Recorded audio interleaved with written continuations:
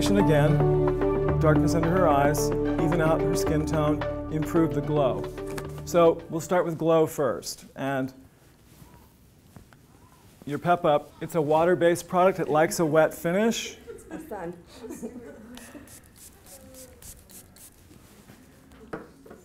And so we'll apply it wet. This is giving her that heightened glow that she's wanting. So really important that she see this before you put primer on top of it.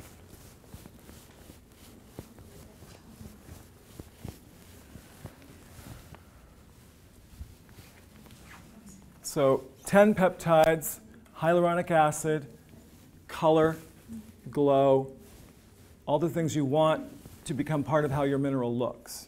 You can just maybe even hold that downward. That's great. Thank you. So she's concerned with pigmentation. I'm going to show another option would be the mattifying primer, which is wonderful, again, for pigmentation issues, but even a little bit more deep in color. So if the client likes that really sun-kissed look, it's a great option to go a step deeper with your primer to really keep that sun-kissed look all the time.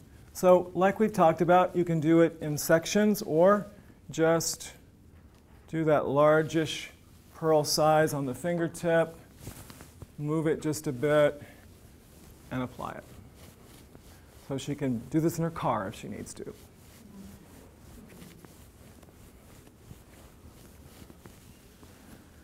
Of course, any of the primers are introducing either an SPF 20 or an SPF 30 immediately. And it's physical from zinc and titanium, so it stays constant. So she is shielded as she's visually perfected. At this point, she could choose her foundation options. She could go with loose combined with pressed. She could go to the corrector kit. She could do lots of options. But I find that loose plus detail with pressed is a great approach. And so let's go to a loose foundation in a shade called Not Too Deep. And let's take a look at this on her neck. The key with foundation is what is it actually doing when it's going on the skin? Is it making them look smoother? Is it making them look muddy? Is it making them look chalky? People always talk about being lacking confidence choosing foundation. To me, it's that criteria. Choose a tone. California Girl is a great place to start. It's right in the middle of the spectrum. And you can see how it looks on their neck, because the neck obviously brings the face and the body together. And the décolleté, the neck and the face, many times are not the same color. So if we just match to her face, we're making her face even less like the rest of her body. So if we match to the neck, we never need to apply below the jawline. So Not Too Deep looks, I think, smooth and healthy on her, so we'll work with that one. The brushes, once you've primed them, also, they tend to hold quite a bit of color. So when you first pick one up, I recommend starting with the brush up and finding out how much is in the brush. And then if it's not giving you enough, then of course turn it down and you'll get more product flowing. But find out how much it has first. So it's things like that to pass on to the client so they really have a great experience with Colorescience. And we're doing those circles that mesh. And then she can detail either with a pressed compact or the corrector kit. I love the versatility of the kit option, so we'll show you that again. We'll go to our corrector palette, and we can see that this middle family is again going to be great for her. So we'll detail.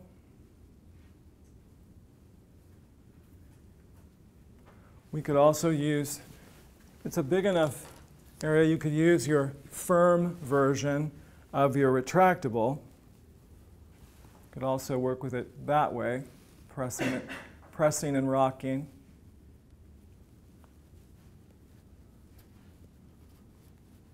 So either way, the key is to get the coverage fast and easily. It's about staying on the skin once you make contact. This is about making it sheer. Do that first. So then she mentioned that under eye was an issue. So we'll go to the lighter tones in the palette, not the very lightest, but we'll slide up to those next two. The very lightest ivory will make a great brow bone highlight for her. Or she could use that as a neutral eyeshadow base. So anywhere where she's seen shadows, she's pressing that mineral. And of course we have that texture that her primer and her pep-up serum has created first, so she'll never look dry. It's not going to collect or crease because she's pre-perfected. Around the nasolabials, great. Around the mouth. Just any of those areas that bother you on a given day. So she's evened out her skin significantly with those 3 steps. Her glow phase from her serum, her primer to set the stage, and then her loose for all over, and her pressed for detail. And she can go to her ivory, and she can create that bright tone on the lid and the brow bone. Close your eyes for me for a moment. Thank you. She can also highlight her cheekbone with the ivory because we're going to contour underneath with the very darkest color. So we'll go back to our brush and we'll press and slide under the bone. Right about there is great, thanks. Really bringing out that shape with this rosy, deeper nude color.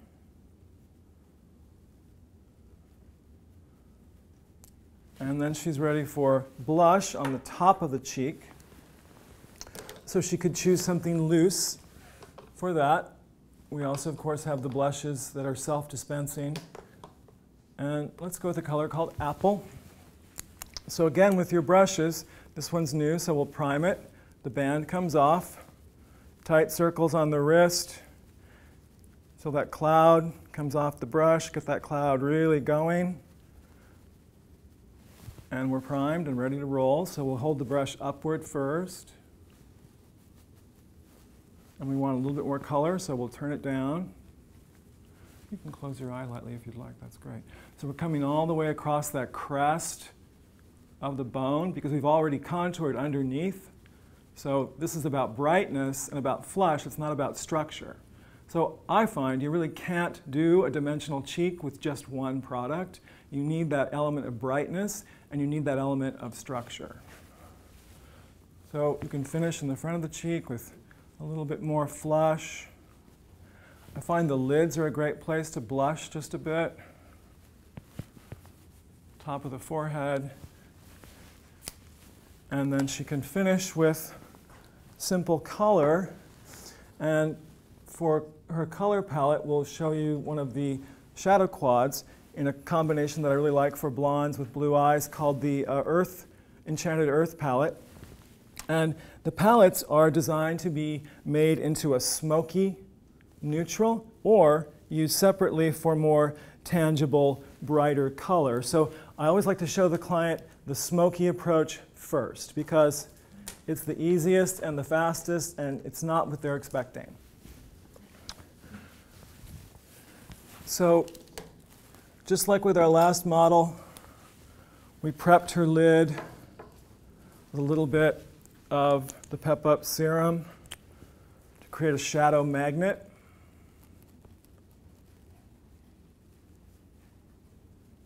Just a tiny bit. And then we'll go to her Earth Elements trio, quad, and we'll use the bronze, the moss, and the plum. Complete opposites. We're going to roll across those, all three. This combination, each one cancels out the other, and it becomes neutral, smoky contour. Just close your eyes again. So we're going to press and roll until we're happy with the level of deposit. But this way we're not getting any spill. We're directing exactly where we want the color to go. And then next she could use this as eyeliner using her plum only.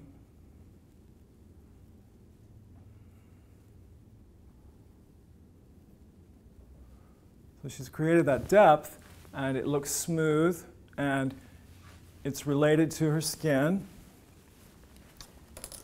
So we'll go to the plum, detail angle brush, load it generously. Go to your mist, whichever you've recommended for her. Make it wet. Tilt back just a bit for me and close lightly. And we'll press that plum into her lash ridge, starting in the outer corner. Give her that saturated, filled-in lash. Look straight ahead. And then we'll go under the eye. We'll combine our plum and our bronze by mixing your bronze, of course, with your plum. Again, you're canceling, so you get this neutral smoke. But you get a more rich, varied smoke tone by using color to create your neutrals versus just going straight to brown and gray.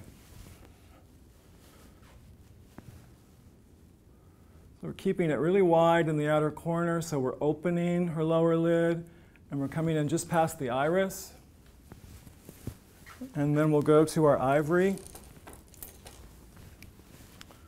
that brightest ivory, and we'll do a spotlight in the center of her lid. Just close lightly for me, which will bring her iris forward.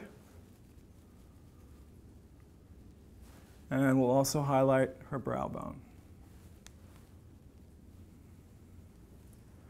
On her brows, we'll fill in with our brow trio, which is designed for all eyebrows. So what you do is simply reverse how you load your brush. If you're a brunette, you load dark to light, because even dark brows need that golden highlight in them to make them look real. If you're a blonde, you load gold to charcoal, because even blondes need some depth in their brows. And then for redheads, the two opposite taupes, the gray taupe and the gold taupe combined, create a great sort of a tawny tone that looks really very natural on redheads. And then she can use her charcoal as eyeliner versus using it on her brows. If she has silver hair, she can use the gray taupe and the charcoal. It makes a great platinum color that looks very natural on silver or white-haired clients. So there isn't any client you can't do this palette with. So our model obviously has a natural, blondish tone to her brows and her hair. So we want to keep that. So we'll load gray to charcoal, just 1, 2, 3. Everything in color science really, I think, is accurate to describe as a concentrate. You need very, very little of it. I like to wet the brow color, gives more structure. We'll work against the hair just a bit.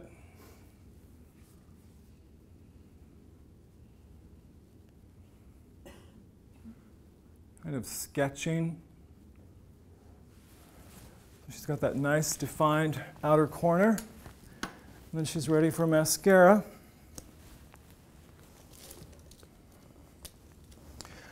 With the mascara, because of its lengthening and thickening effect, and it has what I would call a kind of a contracting action as it dries, so it really helps hold a curl in the lash. So I always like to start in the outer corner of the eye.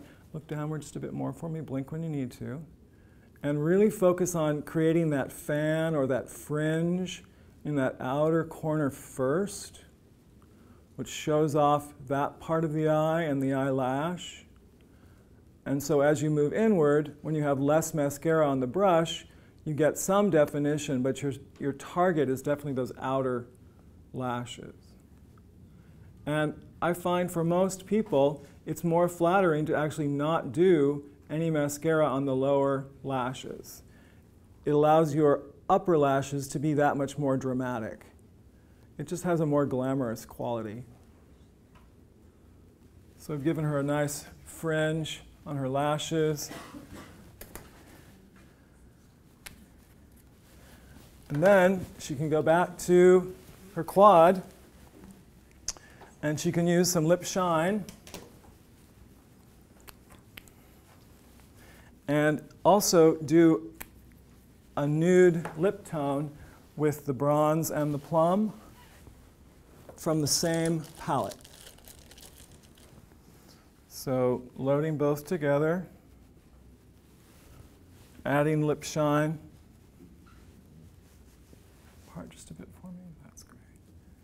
And then smoothing that on for a great sort of a coppery, plummy lip tone that will also bring out her eye color.